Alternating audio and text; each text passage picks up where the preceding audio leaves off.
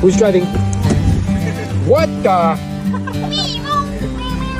So our niece did make it last night, and here she is. Look at her all ready to go to. Where are you going, niece? To the city. City Hall. Okay. So are you excited, Jane? Yes. Have you ever canvassed in Bago before? No. So this is your first trip to Bago to canvass. Yes. Jane is going in her second, is that correct, Jane? Second year Yeah. in nursing school at CPAC year, and Jane supports most, if not all, of herself through selling health, fitness, and spiritual books through Philippines Publishing House. Okay, so we're off to City Hall, and I'm going to drop Jane off there, and then we're going to go do a little vegetable shopping in Bago. This is the beautiful fresh air from the buses in the Philippines.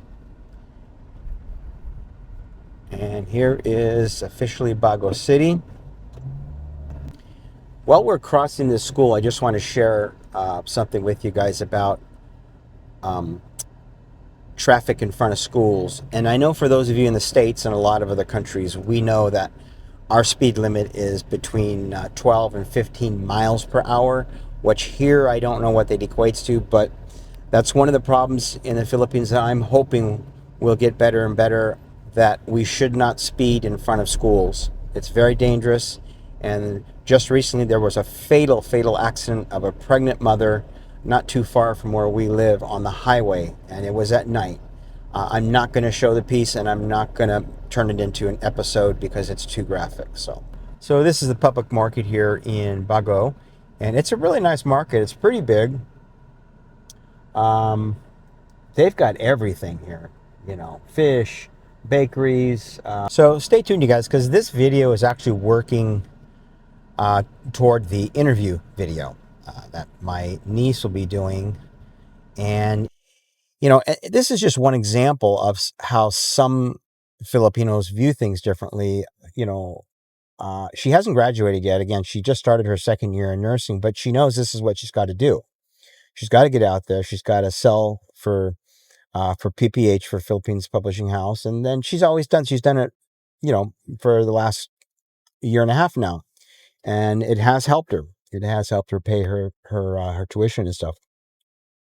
And of course, you know, my wife and I do help a little bit, but we really can't help that much. We already have our own children in school, and of course, Jay just finished school, but our daughter's still in school, and it's a private university, which is it's a blessing, and it's reasonable tuition, but you know, her living expenses, because she does not live with us, so she's a plane ride or a ferry away in the Manila area. And so I guess what I'm saying is, you know, you get a girl like our niece, like Jane, she just out there, she's cold calling. She's just going to the schools. She's never been to them. She probably is just looking them up on her phone and just going into the admin offices and trying to sell a block of books or a group of books that could help the classrooms, you know, help the teachers in their classrooms. So it's an off-the-cuff marketing she's doing, and which to me shows that, you know, she's got good work ethic, and number one, she's got a lot of faith. Okay, she's got a lot of faith in God, and it's been good to her. God has taken her this far, and I believe that He will continue to. So that is kind of a contrast about what I'm talking about with our son, our actual son, you know, just waiting around after school. And then here you've got someone starting her second year of nursing. My bag is Is it lighter? yeah. Did you sell some books? Yeah, 6 books. Wow, congratulations. That's great. 6 books she sold. Whenever she comes back with her backpack lighter, we know she sold some books. Praise God. That's awesome. Because I come from that culture. I come from a culture of before most people in the States get their degrees, they're already out there submitting their CVs, their resumes to different companies. And I'm going to tell you why. Now, a lot of that's not different here in the Philippines. It does happen here. So this is something that I see, you know, going on here through, and I even talked to a few different people too who graduate. Now, some take boards and some don't. Fortunately, your IT don't. program IT, yeah, you didn't need to sit for boards, which was good. Yeah. You know. All right, you guys. Jane is on her way back from Dep Ed, doing some more canvassing, and I'm going to go pick her up because it's starting to rain a little bit out here. Yeah. You know, so I think that the longer that you delay, the smaller your head start on things become, and not just you, but a lot of graduates, and that's how it works. So I had to look up here what's different, you know, what's done differently here as opposed to my country of origin. And I have to do that because I can't just assume that people are going to do what we do in the US. That's not the case. Every country's different. So as you can see, a little bit of a storm has started here. And I'm going to head out here and go get her real quick. I might have to wait a little while out there, so I'm not sure because, again, I'm not sure. Oh, actually, she just commented. Hang on. So I did learn this, okay? I was wondering, and I really don't even need this. I was wondering, well, let's see. Do they have something they call headhunters in the Philippines? Have you heard of the term headhunters? There's headhunters. No. So they do have headhunters here. But what they are, they're basically agencies or individuals who have talents where they spot skills and professional talents of a student who is emerging through the semesters. And so I guess, you know, that begs the question, you know, should my wife and I should we have supported him in such a way where he feels that he doesn't need to do what Jane is doing, you know? Okay, we should be seeing her here fairly soon. There's a motorcycle there. Let me see if she's, I'm not sure where she's waiting. She said she's at the end of the road, so hopefully, she's right in here maybe.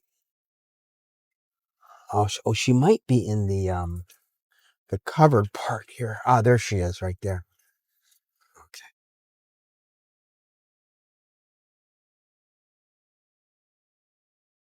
Come on, you both. Yes, of course. Yeah, come on. Come on, honey. Yes. Hello. ¿Cómo está? How'd you do today? It's fine, but my bag is still heavy. All right, it's still heavy? Okay, Yeah, well, 2 books. What's this for? you know, he doesn't need to go get a part-time job or something at Jollibee's or McDonald's or KFC or, you know, or Kenny, you know, Rogers Chicken or the mall. He's not looking. He's not even looking. You know, he's just sitting home. And employment industry is no different than sports. Sports has the same concept of finding someone. And it could be like in Jane's field. It could be nursing, could be IT, could be accountancy, you know, in your sister's field. And so it's very frustrating for me. You know, it really is because I'm not on board with that. I'm just not on board with that. Okay, then. Okay, good. You got it started? Yes. Okay. So tell me again, how many books did you sell today? I disposed 2 books. 2 books? Okay. Yeah. You know what? That's better than 0 books. Yeah. Right? Of course, I will cry if I got 0. Yeah. A lot of people canvassing brought home 0, right? Yeah. Today, Jane brought home 2. That's a good day for a lot of people. Yeah. So, and who is this beautiful young lady? What's your name? Princess Dian. Princess? Of course. Of course. Well, I'm glad we were able to keep you dry on the way home.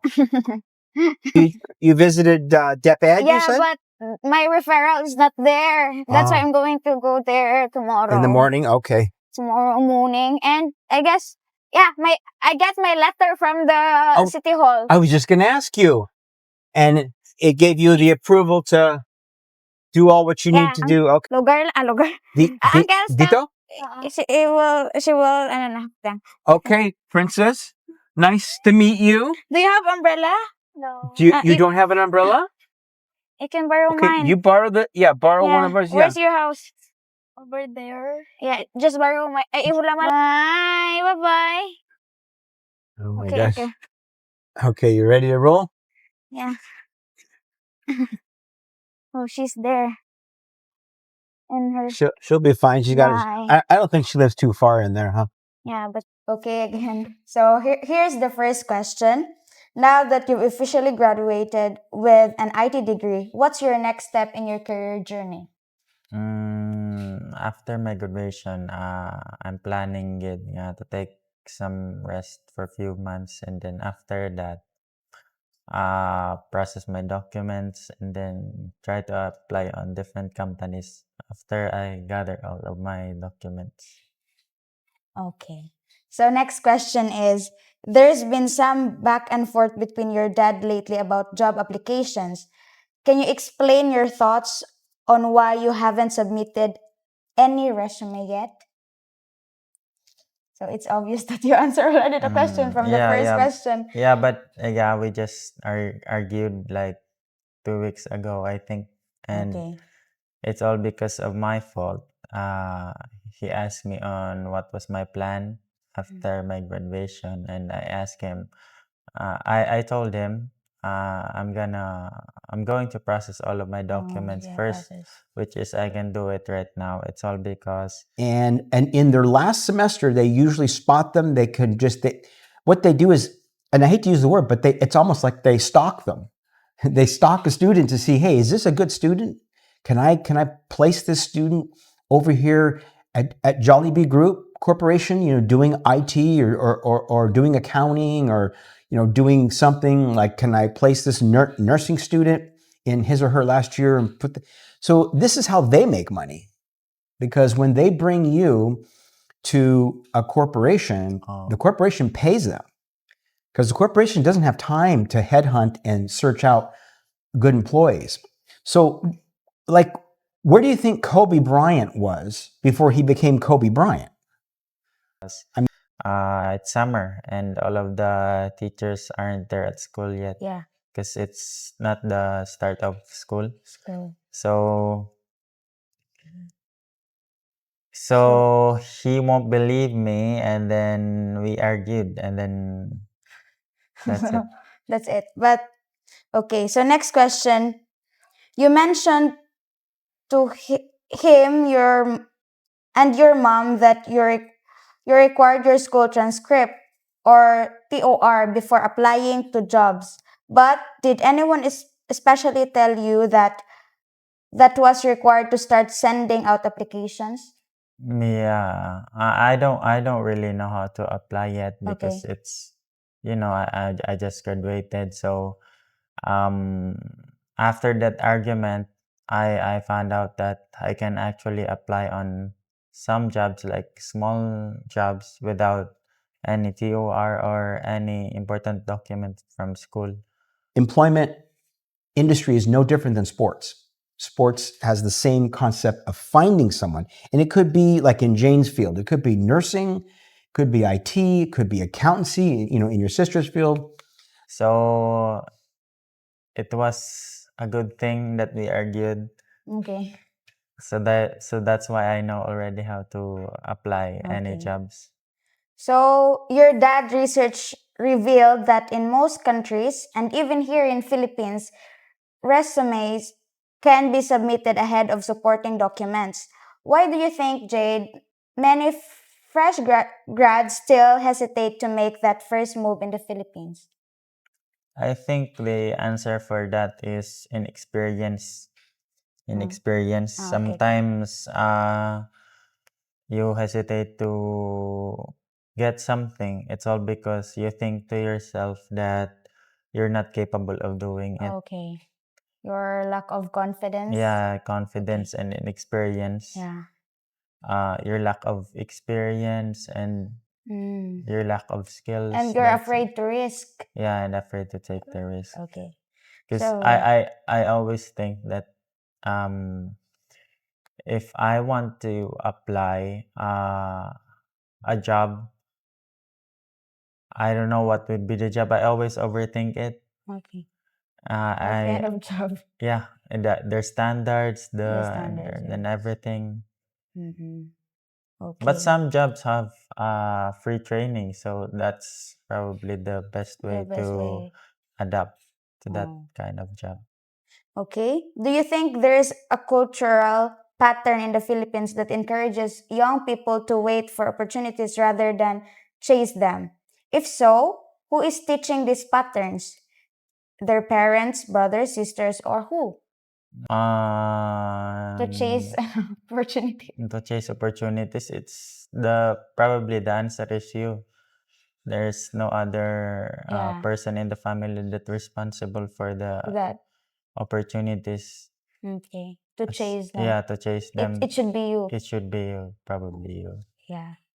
So you should be the one Yeah, to but work on it. oh, And you feel so tired. yeah. And I Okay. just wanted to go home and take Rest. rest and Yeah. spend time with them. And then Then She can't just wait around because she doesn't have parents that support her financially that way.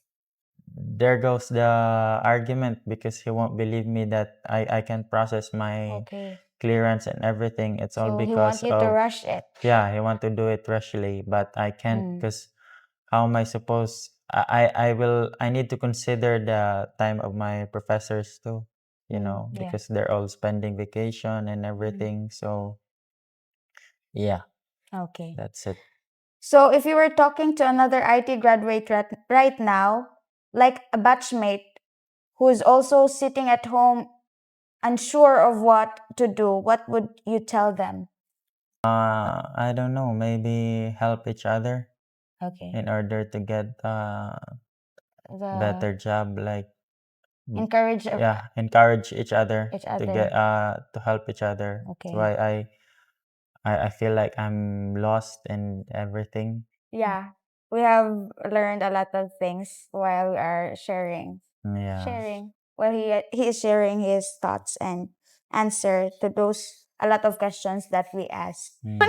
First of all, it's not really hard to find a job if you wanted to, but But for now, it's if you move in, if you were going to start working as an IT, then you need to start on your own life as an independent. Mhm. And you need to You need to be prepared. yeah, because you're going to step out sa mga comfort zone. And it takes a lot of preparation to be fully prepared to that upcoming situation that we're going to face. Again, And again. yeah. Video, especially because I want other foreign expat stepfathers or stepmothers, to know, and Filipinos and Filipinas to know that, it's another perspective. It's just my perspective of how I view it, and I know many others do.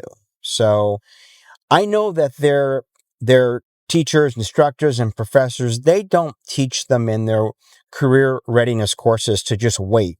I know they don't. They have special courses, and so to me, that's important. There is no time to sit around and wait. Before you even get your degree, you need to be putting yourself out there, and you need to be marketing yourself. You need to formulate it, test the waters, do A/B tests like we do, right, as YouTubers, and we have to test our audience, our geographic regions, and we have to do all that. It's no different for our children. Whether they're our biological or step, it doesn't matter. When we take the role on of marrying or being with that Filipina, if she has children, and even if they're just, nieces or nephews, extended family of hers that we've taken responsibility for on a certain level, we need to be on board with this. And it's contributing to the Philippines.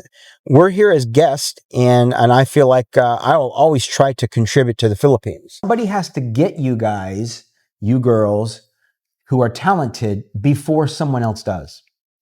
It's competitive.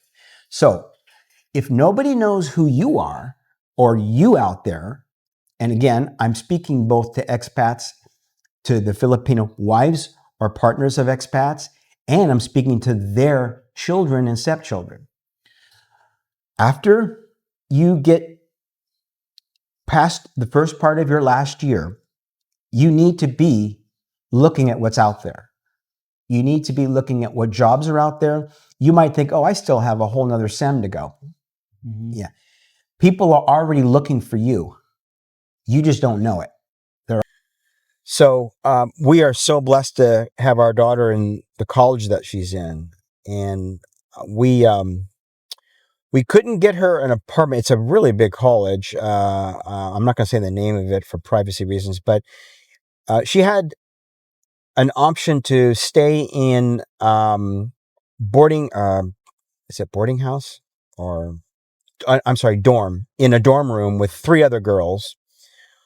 Or they offered apartment buildings. They have apartment buildings on campus. The problem is you have to be 3rd year and you have to be in certain degree programs like nursing or anything medical or, like dentistry.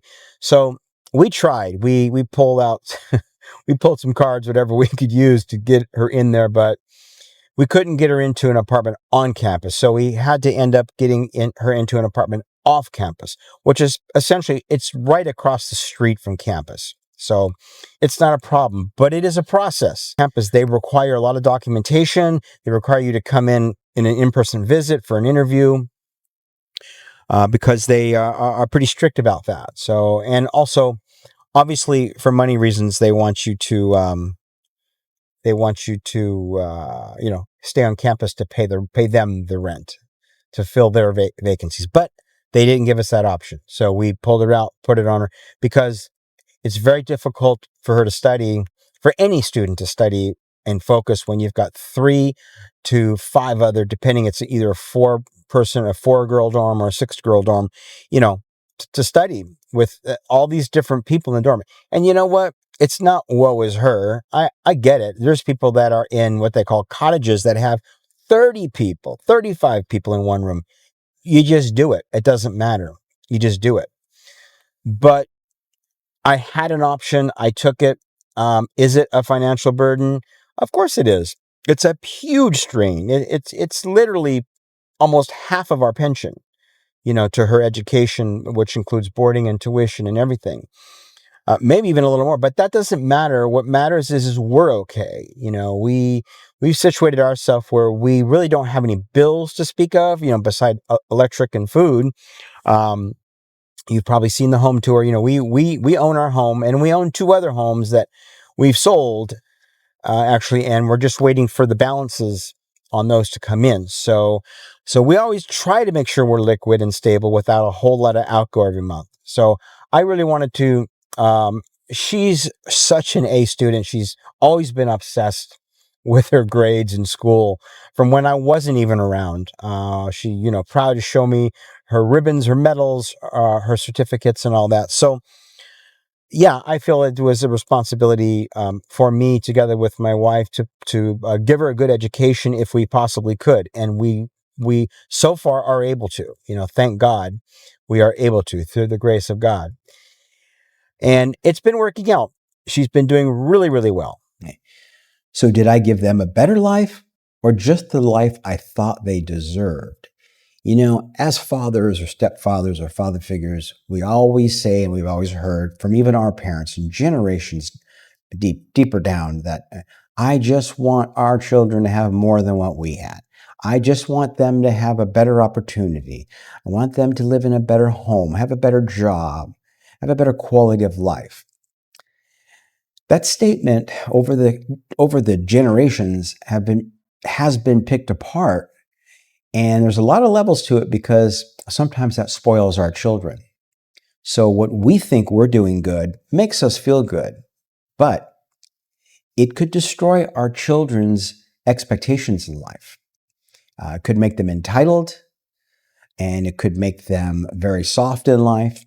And I know a lot of you know what I'm talking about, because a lot of us are guilty of that, but we love our children.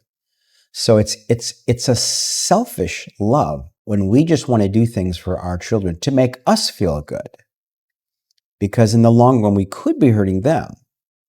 Okay. Now, full disclosure, I'm a certified family life educator. I'm not an MD. I'm not a doctor. I'm not a psychologist. or psychiatrist. So I'm just letting people know that. But I have worked for state Medicaid and done a lot of sessions with state Medicaid families in the States. So these are topics that I have experience with for probably a little over 10 years. And I now just choose to share them with the audience, with all you viewers and subscribers, or both. This is part of the video because what I want to do is just let you know that the interviews that we have, I didn't want to put them all in one video. It was way too long. So I'm going to put the link in, and the video's done. So it's just something you can go from this video right to the interview video. So this is kind of the precursor video or whatever, and it's multiple interviews. So so stay tuned and click to the next video. I'll try to put it in the in video links and the end card as well. Thank you.